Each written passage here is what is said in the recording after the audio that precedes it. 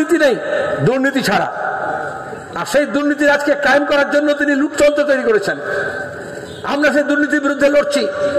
এজন্যই আমরা বলেছিলাম চোর ধরো জেল ভরো। আমরা বলিনি তৃণমূলকে ধরো জেল ভরো, আমরা বলেছিলাম চোর ধরো। তৃণমূল বললো আমাদের গালাগাল দিচ্ছেন। অনেক তৃণমূলীরা বিজেপি হয়ে গেল, এখানে আপনাদের প্রার্থীও তাই লোকসভায়। কিন্তু চোর যদি তৃণমূলের ঝান্ডা ধরে গেরুয়াধারী হয় তাতে সে সাধু হয়ে যায় না।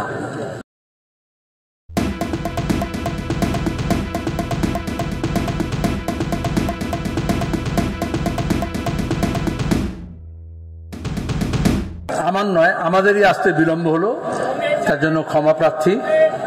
কিন্তু নির্বাচনী প্রচারের শেষ লগ্ন, অনেকগুলো সভা এবং ট্রাফিকের অবস্থা যা আছে আপনারা সবাই জানেন। আমি বলবো যারা দক্ষিণপন্থী আছে তারা যদি বামপন্থী না হন অন্তত মধ্যপন্থী হন। আমি যা বললাম প্রশ্ন হয়েছে, দেখি আপনারা মধ্যপন্থী হয়ে যান, তাহলে আমি বলবো, নাহলে বলবো না। কারণ আজকে আমাদের দেশ বাঁচানোর লড়াই চরম দক্ষিণ পন্থার বিরুদ্ধে লড়তে হয়, তাহলে বামপন্থী এবং মধ্যপন্থীদের একসঙ্গে হতে হবে, এছাড়া অন্য কোনো গতি নেই। দক্ষিণ পন্থার যে উত্থান হয়েছে তাদের প্রথম শর্ত ছিল লাল হটাও।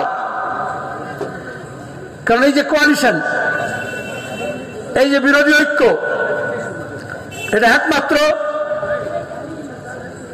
বামপন্থীরা গ্লু হিসেবে কাজ করতে পারে, সিমেন্ট করতে হয়, আর সেটার জন্য নীতি লাগে। আমরা এখন বললাম ইন্ডিয়া ব্লক, আরএসএস, বিজেপি, তার মধ্যে দাঁড়িয়ে প্রচার মাধ্যম, এমনকি আমাদের অনেক লোকজন বলতে আরম্ভ করে এটা কি করে হলো সীতারাম আর মমতা একসঙ্গে চা খাচ্ছে। আলাম ব্যাপারটা চা খাওয়ার নয়, ব্যাপারটা চাওয়ালাকে দিল্লির মসনদ থেকে নামানো। আপনাদের মনে আছে প্রেস কনফারেন্সে বলেছিলাম যে হাওড়া থেকে যদি ট্রেন ছাড়ে দিল্লির উদ্দেশ্যে অনেকেই ওঠে, কিন্তু কে কোথায় নামবে তার কোনো গ্যারান্টি নেই। নীতিশ কুমারও ছিলেন, মমতা ব্যানার্জিও ছিলেন, দুজনেই আগ বাড়িয়ে বলছিলেন আমরাই সব, কিন্তু ওরা থাকতে পারলো না। কারণ আমরা বলেছিলাম নেতা নয় নীতি দরকার। আমাদের দেশের মানুষের যে দুর্দশা, দেশের যে দশা, তার জন্য দিশা পাল্টাতে হবে। এটা পার্লামেন্টের নির্বাচন, পার্লামেন্টের নির্বাচন মানে নীতি নির্ধারণ হবে দেশের। তাহলে সেখানে আমরা বললাম নেতা নয় নীতি। তাতেই নীতিশ কুমার এবং মমতার অনেকটা হাওয়া বেরিয়ে গেল, কারণ ওরা মনে করছিল পাকে চক্রে যাতে নেতৃত্বটা নিতে পারে। বাংলা মাধ্যমও এরকম বলছিল, প্রচার মাধ্যমও।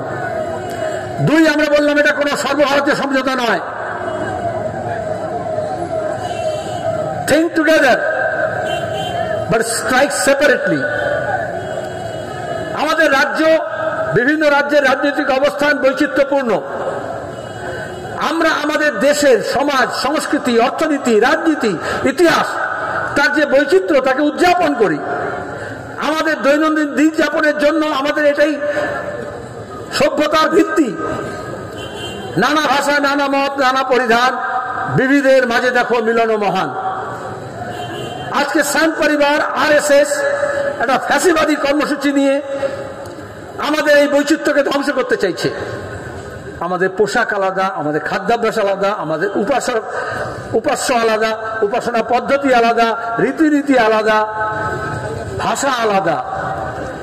কিন্তু আমাদের যদি স্বপ্ন এক থাকে, আমাদের যদি লক্ষ্য এক থাকে, তাহলে আমাদের এই বৈচিত্র্যকে রক্ষার জন্য আমাদের এই বৈচিত্র্যপূর্ণ দেশে ডাইভার্স ট্যাকটিক্স দিতে হয়। আজকে আমাদের যে মিশ্র সংস্কৃতি, সেটাকে ভাঙার চেষ্টা করছে। আর এজন্যই শুধু ধর্ম নয়, শুধু মন্দির মসজিদ নয়, ভাষার ভিত্তিতে, জাতির ভিত্তিতে জনগোষ্ঠীকে আলাদা করার চেষ্টা করছে। আমরা জানি নানা ভাষা, নানা মত, নানা পরিধান, বিবিধের মাঝে দেখো মিলন মহান। স্বাধীনতা আন্দোলনের সময় গান্ধীবাদী এবং মার্ক্সবাদী আমাদের পথ আলাদা ছিল। স্বাধীনতা অহিংস পথে হবে না সহিংস পথে হবে, এই নিয়ে বিতর্ক ছিল। কিন্তু লক্ষ্য এক ছিল, ইংরেজ সাম্রাজ্যবাদকে পরাজিত করতে হবে, দেশকে স্বাধীন করতে হবে। আপনার লক্ষ্য যদি এক থাকে, পথ যদি ভিন্ন হয়, কোথাও না কোথায় আপনার লক্ষ্যের দিকে এগোতে গেলে কোনো না কোনো চৌরাস্তায়, কোনো না কোনো দোমোহানিতে, কোনো না কোনো ত্রিমোহিনীতে আপনাকে মিলিত হতেই হবে। আমরা তখন হয়েছিলাম। আর যারা ইংরেজের বিরুদ্ধে স্বাধীনতা আন্দোলনে লড়াই করেনি, তারা ঐতিহ্য স্বীকার করে না। আমাদের যে সংবিধান, যেটা স্বাধীনতার উত্তরাধিকার, সেটাকে ওরা স্বীকার করে না। আমাদের সাংবিধানিক যে ব্যবস্থা, ইতিমধ্যে বক্তারা বলেছেন, সেটাকে রক্ষা করতে হবে। আর সেই জন্য আমরা আজকে বামফ্রন্ট এবং শুধু কংগ্রেস নয়, ইন্ডিয়া ব্লক তৈরি করলাম। মমতা ব্যানার্জি যখন বিজেপি বলছে 400 পার, উনি বললেন এই ড্রাইভার রোককে, আমি নেমে যাব। শহীদ যুদ্ধের পুরো গান ছিল না, গাড়িটা থামাও আমি নেমে যাব। উনি চেন টেনে নেমে পড়লেন। তারপরে এখন যখন দেশের মানুষ, গোটা দেশে বিভিন্ন রাজ্যে বিজেপি বিরোধী যে মনোভাব তুঙ্গে উঠেছে, মসনদ থেকে যখন নরেন্দ্র মোদীকে নামানোর চেষ্টা হচ্ছে, মমতা ব্যানার্জি দেখলেন, বলছে আমি আছি, আমি ইন্ডিয়া ব্লকে ছিলাম। আবার বলছে আমি বাইরে থেকে সমর্থন করবো। আচ্ছা, দেখি তাসের আন্ডারবার খেলা হচ্ছে, তুই যদি ভেতরে থাকো তাহলে তুই বাইরে থেকে সমর্থন করছো কেন? আর তুই যদি বাইরে থাকো তাহলে ভেতরে ঢুকতে চাইছো কেন? তা তুই বাইরে গিয়েছিলে কেন?